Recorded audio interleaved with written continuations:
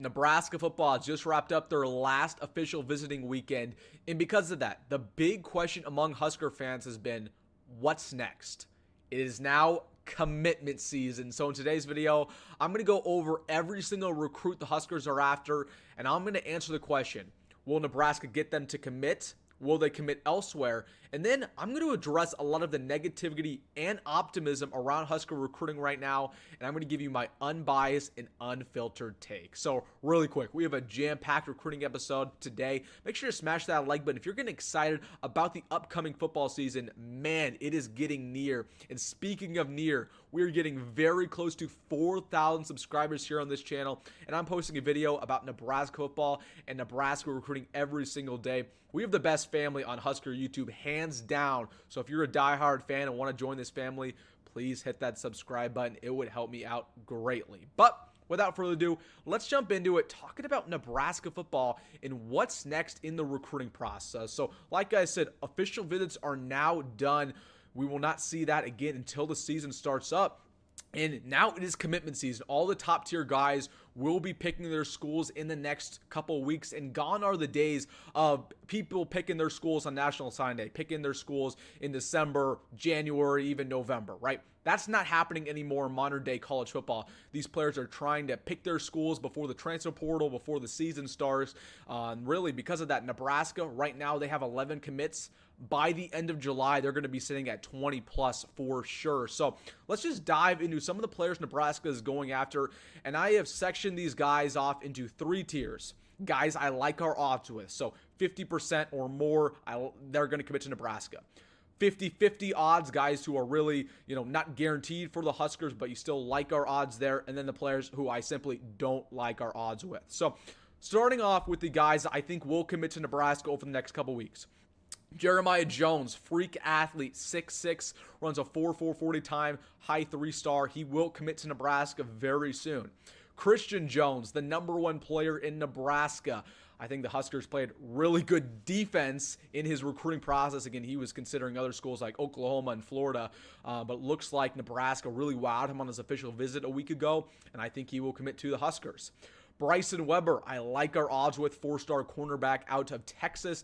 It's really us or TCU in his recruiting process. TCU is a lot closer to his home, but I think Nebraska once again wowed him this weekend. He will commit to us in the next couple weeks. And then the other guy who I like our odds with is Sean Hammerbeck, 3-star offensive lineman out of South Dakota. He went on an official visit last weekend, and I think Nebraska should land him very soon. So those are the players I like our odds with. I would think we're going to land at least 3 of the 4, if not 4 of the 4. Now, here are the guys who I believe are a 50-50 shot. 5-star center, S.J. Alifetule, I think is a 50-50. We're fighting Michigan for him. We're fighting Miami for him. High 3-star linebacker out of Iowa, Will Hawthorne, I think is a 50-50. It's us or Iowa State. He grew up an Iowa State fan. Aiden Manitai, one of the best players out of Hawaii, 4-star safety, recently came on campus for an official visit. I think it's a 50-50 with us and a couple other schools like Penn State, like Washington. Chase Lofton, #2 player in Nebraska, definitely a 50-50, if not a little bit less there. Again, he is heavily recruited by Texas A&M, Missouri, among many others. Houston Kahana Torres, #2 player in all of Hawaii, very high 3-star offensive guard. Honestly, I think he should be a 4-star. Again, another 50-50 guy there. And last but not least, Cade Pietrzak, the #1 player in North Dakota, 4-star defensive lineman. I think it's a 50-50 with us and Oklahoma. So with that being said, those are the players who I think Nebraska has a pretty good shot at landing. Of course, we have the guys who will commit to Nebraska at the start and guys who will have a 50-50 with, which you'll take every single day of the week. Here are the players I don't like our odds with. Dawson Merritt. Yep, it's not looking good for the Huskers. Again, we've seen all the crystal balls as of recently. Alabama is expected to land this guy. However, I will say this. The longer it takes for him to commit to Alabama, the more I like Nebraska's odds. So definitely, again, stay in touch with him. But I think as of right now, he will not be a Nebraska Cornhusker. Michael Terry, 5-star wide receiver out of Texas. I don't like our odds with. I'd still give us about a 15-20% chance. But Texas A&M's going after him hard, Texas. And here's my thing, and I'm going to get to this. Nebraska's NIL right now cannot compare to those two programs. Our NIL is not that good compared to Texas and Texas A&M, who arguably have the #1 and #2 NIL bases in all of college football. So Michael Terry has said in the past that NIL is very important to him. Nebraska can't compete. And then the other guy I don't like our odds with is Ale Kalanivalu, almost a 5-star offensive tackle out of Bishop Gorman. Really should not be a surprise there. I don't think the Huskers will land him. I'd give us a less than a 5% shot at. So here's what Nebraska's going to do. Because of the fact that we are not going, there's no more official visits going on, what can Nebraska do to sell these guys at the last second that they should become a Husker commit? Well, number one, it all goes back to those connections with Matt Rhule, again, building that connection, that relationship, texting these recruits every single day, texting their family, texting their mom, their dad, and also just selling them on the playing time. All right, if you go to Alabama, if you go to Georgia, if you go to even Oregon, you're probably not going to play for a couple years, but at Nebraska, you're going to be in the mix to start immediately. But this goes to my number 2 thing that Nebraska needs to improve over the next couple weeks, and this is NIL. You have got to offer some of these top-tier players you're after an extensive NIL package, okay? Let's just say S.J. Alafetuli, for example. He is considering Michigan. He is considering Miami. He is considering USC. All 3 of those programs have phenomenal NIL bases. Nebraska needs to bump up whatever they're offering S.J. Alafetuli because that matters. Okay, Douglas Utu, another 5-star tackle the Huskers were after, recently just committed to Tennessee. It came out of nowhere. You want to know why he committed? Because they offered him NIL last second and said, hey, if we're going to give you 7 digits, will you commit? And he said yes. So Nebraska needs to bump up their NIL. And last but not least, you got to sell these players on being a part of something different, because a lot of times these guys gravitate towards that. They want to do something different. They want to bring a program back. They want to be celebrities in the state. So hopefully Nebraska and Matt Rhule can keep in contact with these guys and facilitate that. But let's talk about the negativity around Nebraska recruiting right now, because if you look on social media, heck, if you even look on YouTube, a lot of people are down in the dumps. They're saying, oh, Nebraska's missed out on a lot of these key players that went on official visits. And you know what? I think that's understandable. I think it's understandable to be a little bit down in the dumps about Nebraska recruiting, a little bit sad. But here's, a reality check, right? Especially for Matt Rhule.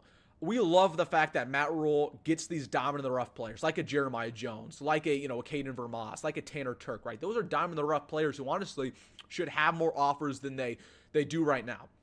But in order to be successful in the Big Ten, or even in more modern day college football, you need to get 4 stars, you need to get 5 stars, you need to get these blue chip recruits.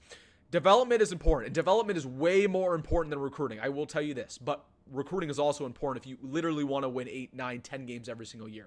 I'm going to ask you a question right now. Okay, you're excited about this upcoming Nebraska football season. I know you are. I am too. What's the number one reason why you're excited? Now, a lot of you guys are going to answer that Dylan Raiola. Dylan Raiola was a 5-star recruit. He was a blue chip recruit. Would you be as excited about this season if Heinrich Haarberg was a starting quarterback? Now, a lot of you are going to answer that no. Okay, you need to land top-tier recruits to get this fan base pumped up, to get, winning results year in and year out. And I'm going to tell you this. We do have an NIL problem, but that fixes itself if you can get these top-tier recruits. You can start winning games, and then all these boosters will start to see the progress, and they're going to be more willing to give you money. So, listen, over the guys that I just mentioned, Nebraska's going to miss a couple. Okay, that's going to happen. That's just the way that recruiting is nowadays. Okay, I would not be surprised if S.J. Alafetuli goes to a different program, or if Dawson Merritt or Michael Terry goes to a different program. You're going to miss a couple. But Nebraska has an opportunity this fall. Okay, when we win potentially 7, 8, 9 games, you're going to reconnect with these players in December on National Sign Day and say, hey, okay, are you still considering Nebraska? And you have an opportunity to flip these guys. There's going to be few and far in between players who are uncommitted. It's going to be flip season in December. So hopefully Nebraska continues to be in contact with guys that have already committed elsewhere, and they can get guys to flip last second. So you got to win. That's all it goes down to. Win this fall, and this recruiting class is going to end up just fine, along with the 2026 and 2027 classes. So that's our update here about Nebraska recruiting. Wanted to address just a lot of the pessimism going around, but I'm still excited, and I bet you are too. Man, the season is getting close. Let me know down below, which one of those recruits that I mentioned do you want the most, a guy you might think we might miss out on? And hey, if you made this far in the video, please hit that like button and subscribe. And as always, folks, go Big Red, go Matt Rhule, and see you in the next one.